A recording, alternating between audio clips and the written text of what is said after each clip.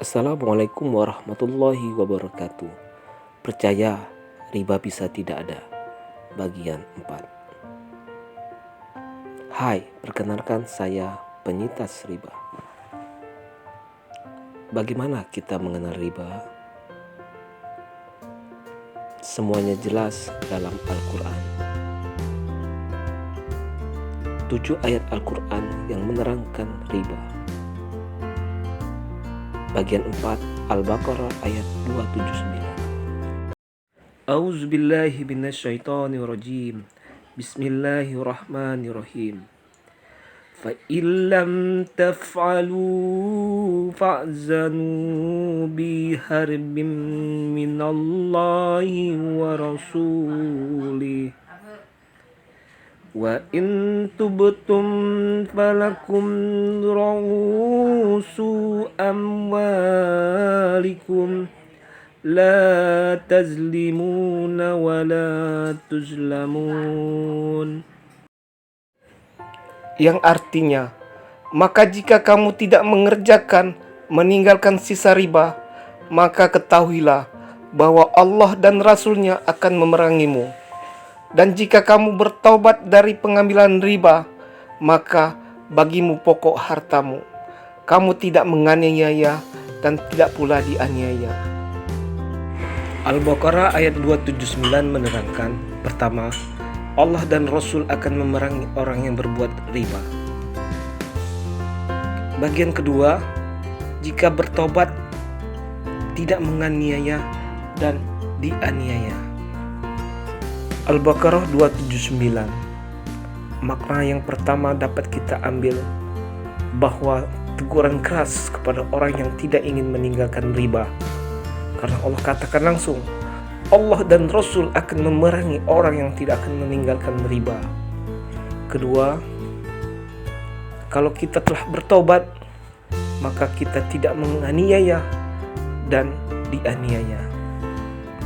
Secara harfiah, riba adalah tambahan.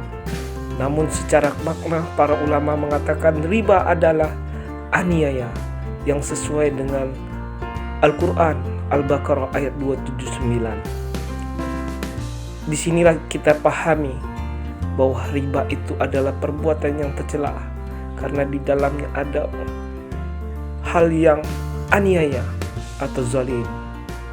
Ini yang harus kita perhatikan.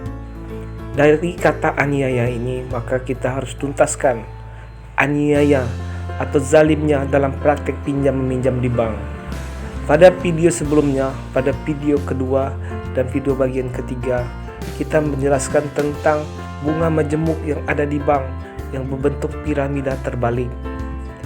Piramida terbalik ini sangat merugikan nasabah karena kita harus membayar bunganya dahulu, kemudian perhitungan untuk pokoknya hutang kita kepada bank itu dihitung pada akhir-akhir dalam suatu pelunasan pinjaman.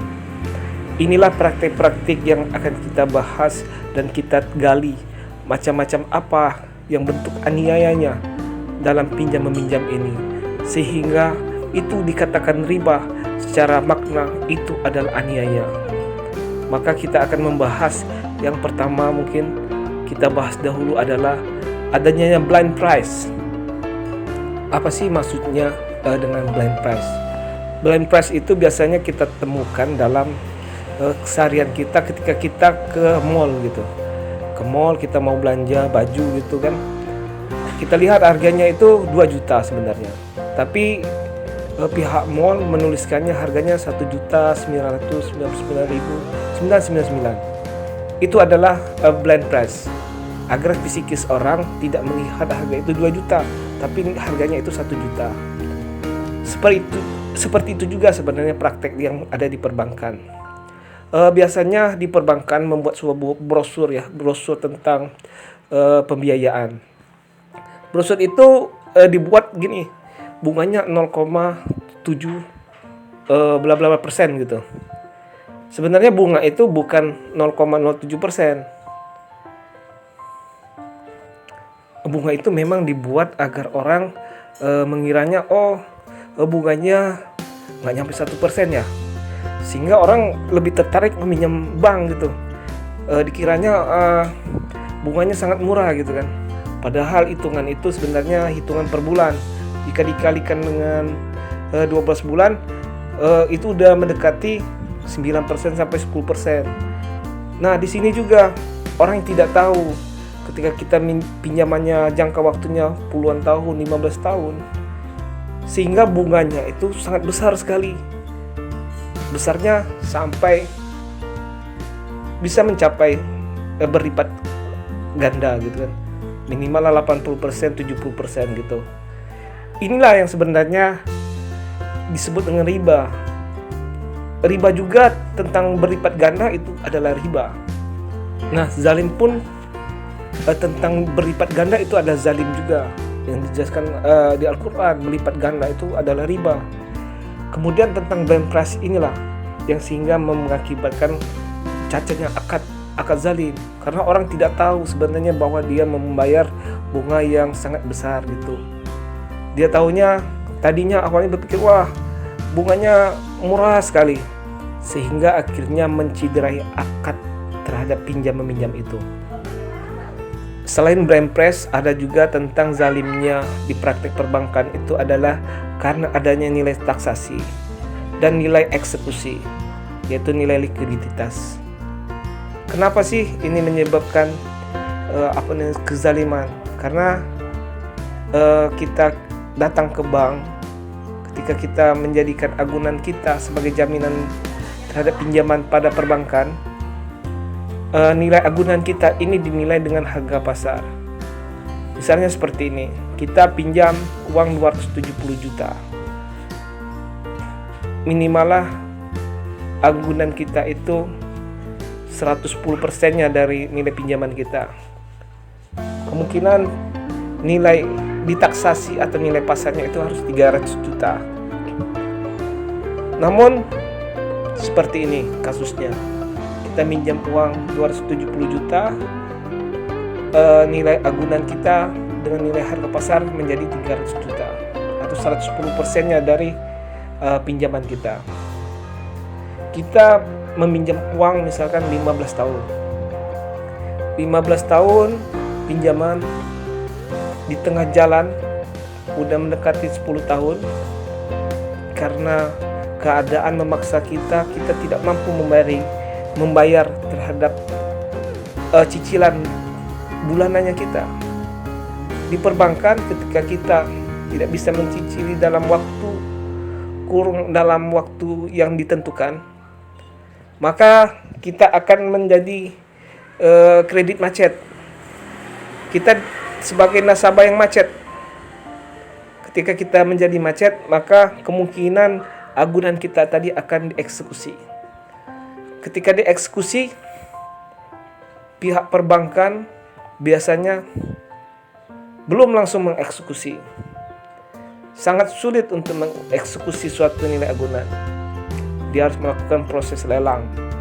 Dalam proses lelang inilah adanya namanya nilai likuiditas.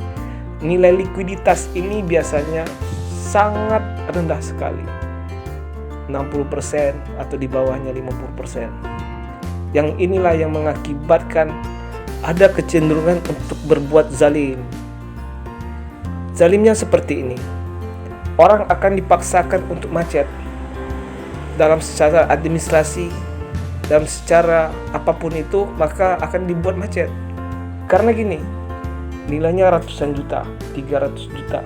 Ketika dinilai likuiditasnya sangat rendah sekali, misalkan itu dinilai likuiditas agar bisa menutupi pinjaman itu, bisa jadi nilainya 80 juta.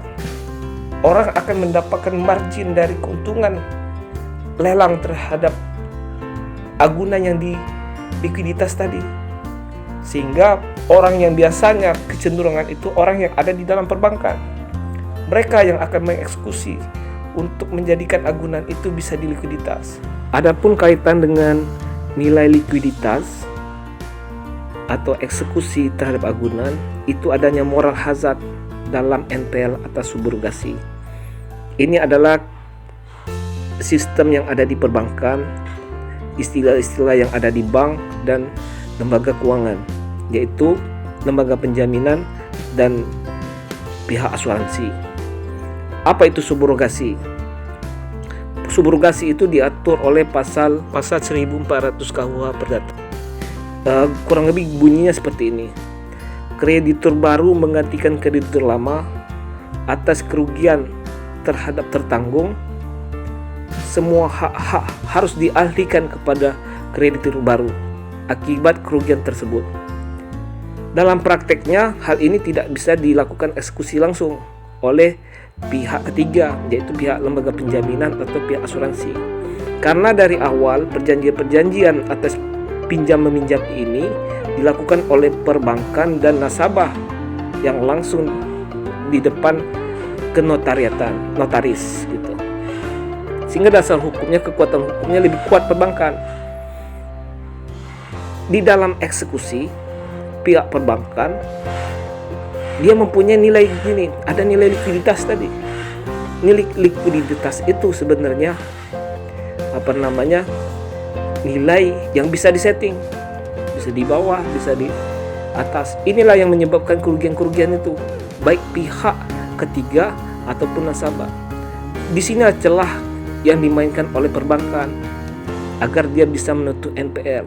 Sehingga sering dalam eksekusi tadi, akibat adanya kelebihan dari nilai eksekusi itu biasanya menjadi keuntungan oleh perbankan, dijadikan sebagai keuntungan atau pendapatan. Padahal sebenarnya pihak perbankan ketika ada pihak penjamin, lembaga penjaminan atau asuransi yang telah menutupi segala hutang piutang nasabah, pihak perbankan tidak mempunyai hak lagi. Namun prakteknya di dalam perbankan ini terjadi, mereka mengambil keuntungan dari hal itu. Maka sangat jelas Allah langsung menegur orang yang tetap melakukan riba, atau pelakunya, atau orang yang mengambil dari hasil riba itu. Benar, praktek-praktek yang diperbankan inilah yang dicerminkan dalam Al-Baqarah 275. Berdirinya orang yang memakan riba itu seperti orang yang kerasukan setan karena tekanan penyakit gila terhadap dunia, lupa terhadap akhirat, lupa terhadap apakah ini halal ataukah haram. Inilah yang kita bahas saat ini.